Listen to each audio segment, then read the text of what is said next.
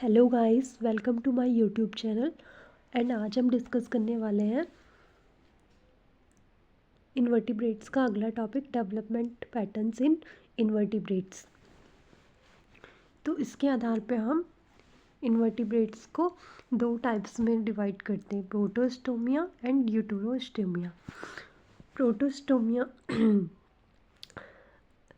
Development pattern in invertebrates होता क्या है कि जब हम इन्वर्टिब्रेट्स की जो एम्ब्रॉय होते हैं उसमें विकास के टाइम पे अलग अलग प्रकार के पैटर्न देखने को मिलते हैं। तो मुख्य रूप से इसमें मुंह का निर्माण, कोशिका विभाजन और सिलोम के बनने की प्रक्रिया के आधार पर इन्हें हम दो ग्रुप्स में डिवाइड करते हैं। पहला है प्रोटोस्टोमिया एंड सेकेंड है ड्यूटेरोस्टोमिया। तो प्रोटोस्टोमिया में क्या होता है? प्रोटोस्टोमिया में होता है जब ये फेट बनेगा इसका फेट ऑफ ब्लास्टोपोर, तो गैस्ट्रुलेशन के टाइम पे जो ओपनिंग होती है उसको, ये गैस्ट्रुलेशन होता है, इसमें जो ओपनिंग होती है वाली, ये वाली ओपनिंग है जो, इससे अगर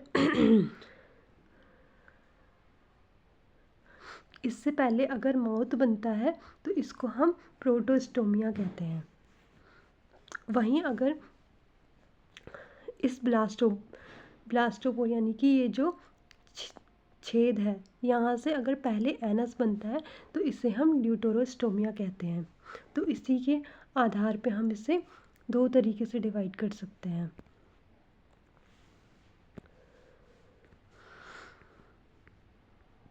तो अगर गैस्ट्रुलेशन के जो ये वाला छेद है यहाँ से पहले माउथ बनेगा, अगर इस वाले छेद से पहले माउथ बनेगा तो इसे प्रोटोस्टोमिया कहते हैं। और अगर इस वाले छेद से, यानी कि इस वाले छेद को क्या कहते हैं, हम ब्लास्टोपोर कहते हैं। तो अगर इस वाले छेद से एनस बनेगा पहले और बाद में जो ये दूसरी वाली ओपनिंग है इससे माउथ बनेगी तो इसे हम ड्यूटेरोस्टोमिया कहते हैं। और अगर इस ब्लास्टोपोर से पहले माउथ बनता है और जो दूसरी ओपनिंग है यहाँ से एनस बनता है तो इसे हम प्रोटोस्टोमिया कहते हैं।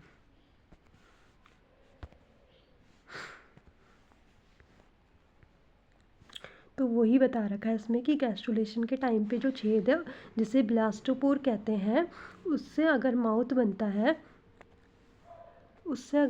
बनता है पहले तो उसे हम क्या कहते हैं, प्रोटोस्टोमिया कहते हैं। और जो दूसरी वाली ओपनिंग है उससे क्या बनेगा, एनस बनेगा। प्रोटो का मतलब होता है पहले और स्टोम का मतलब होता है मुंह, तो पहले मुंह, ये इसका अर्थ है।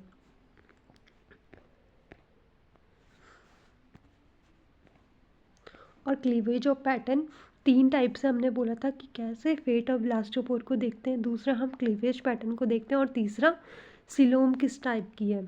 तो तीनों को देख के हम बताते हैं कि ये प्रोटोस्टोमिया है या ड्यूटेरोस्टोमिया है। तो पहला हमने देख लिया फेट ऑफ ब्लास्टोपोर, सेकंड हम देख रहे हैं क्लीवेज पैटर्न। अगर क्लीवेज कैसा होगा, स्पाइरल, अगर क्लीवेज स्पाइरल होगा एंड डिटर्मिनेट होगा तो उसे हम क्या कहेंगे कि ये कैसा है, प्रोटोस्टोमिया है। स्पाइरल क्लीवेज मतलब क्या होता है कि ये तिरछे कोण की तरह किसी एंगल पे डिवाइड होगी ये किसी, तो उसे हम कहेंगे स्पाइरल क्लीवेज। और डिटर्मिनेट का मतलब होता है, डिटर्मिनेट का क्या मतलब होता है कि पहले से ही प्री डिसाइडेड है कि इस कोशिका ने बाद में क्या बनना है, ये पहले से ही डिसाइडेड होता है। और तीसरा है सिलोम का निर्माण।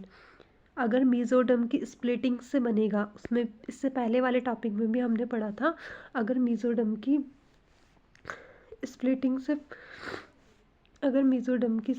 से बनता है तो इसे हम क्या कहते हैं,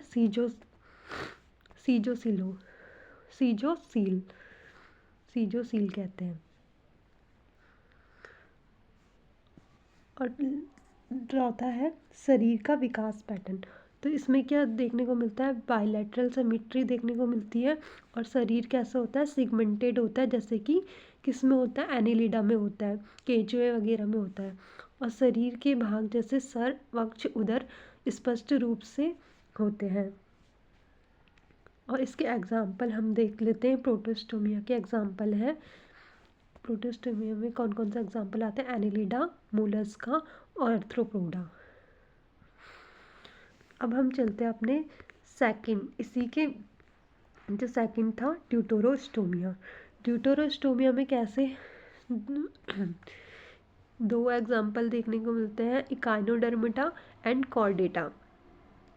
जो कॉर्डेटा है वो भी ड्यूटेरोस्टोमिया में आते हैं।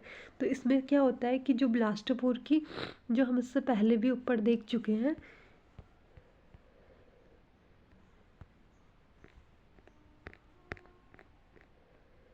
जे वाला, तो इसमें क्या होता है, ये जो ब्लास्टोपोर है इससे पहले क्या बन रहा है, एनस बन रहा है। और जो सेकंड वाली ओपनिंग है उससे क्या बन रहा है, माउथ बन रहा है।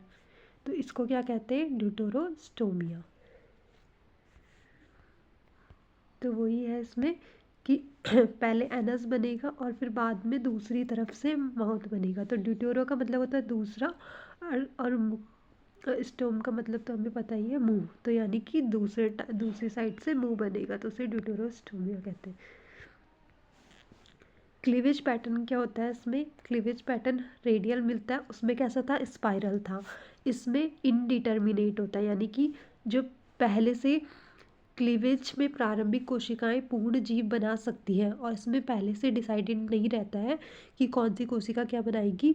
जो ये कोशिकाएं हो वो पूर्ण रूप से ही जीव बनाती है। और रेडियल क्लीवेज क्या होता है, कोशिकाएं समांतर और लंबवत विभाजित होती है। उसमें कैसे होती थी, उसमें स्पाइरल होती थी, यानी कि किसी एंगल पे बनती थी, और इसमें समांतर और लंबवत होती है, रेडियल। सीलोम का निर्माण कैसे होता है, इसमें गट से एक थैली जैसी संरचना निकलती है जिसे कि एंटेरोसील कहते हैं। जो हमने पहले भी देखा था, आर्किट्रॉन से पाउचेस जैसे निकलते हैं, तो उसमें एंटेरोसील उसमें होता है। तो होता है ड्यूटेरोस्टोमी। और इनके जो शरीर का पैटर्न होता है ये भी बायलेटरल सिमेट्री होता है लार्वा अवस्था में। कैसी अवस्था में बायलेटरल होता है, ये लार्वा अवस्था में बायलेटरल होता है। जब ये एडल्ट स्टेज में आता है तो ये रेडियल सिमेट्री जैसा हो जाता है, जैसे कि स्टारफिश में। और धीरे धीरे नियंत्रित ढंग से विकसित होते हैं। इसमें तो अंग तंत्र कैसे होते हैं इसके, धीरे धीरे नियंत्रित ढंग से विकसित होते हैं। अब एक डिफरेंस देख लेते हैं जल्दी जल्दी से, प्रोटोस्टोम और ड्यूटेरोस्टोम में क्या क्या डिफरेंस देखने को हमें मिलते हैं। तो पहला तो यही है कि प्रोटोस्टोम में पहले मुंह बनता है, बाद में एनस बनता है ब्लास्टोपोर से। तो पहले मुंह बनेगा, इसमें मुंह बनता है, और उसमें ड्यूटेरोस्टोम में पहले एनस बनता है। क्लीवेज कैसा होता है, इसमें स्पाइरल और डिटर्मिनेट, और इसमें रेडियल और इनडिटर्मिनेट। और सीलोम का निर्माण इसमें सीजोसील होता है, और इसमें एंटीरोसील होता है। ठीक है। और विकास कैसा होता है, इसमें अधिक निश्चित होता है, इसमें अधिक लचीला होता है। Thank you guys.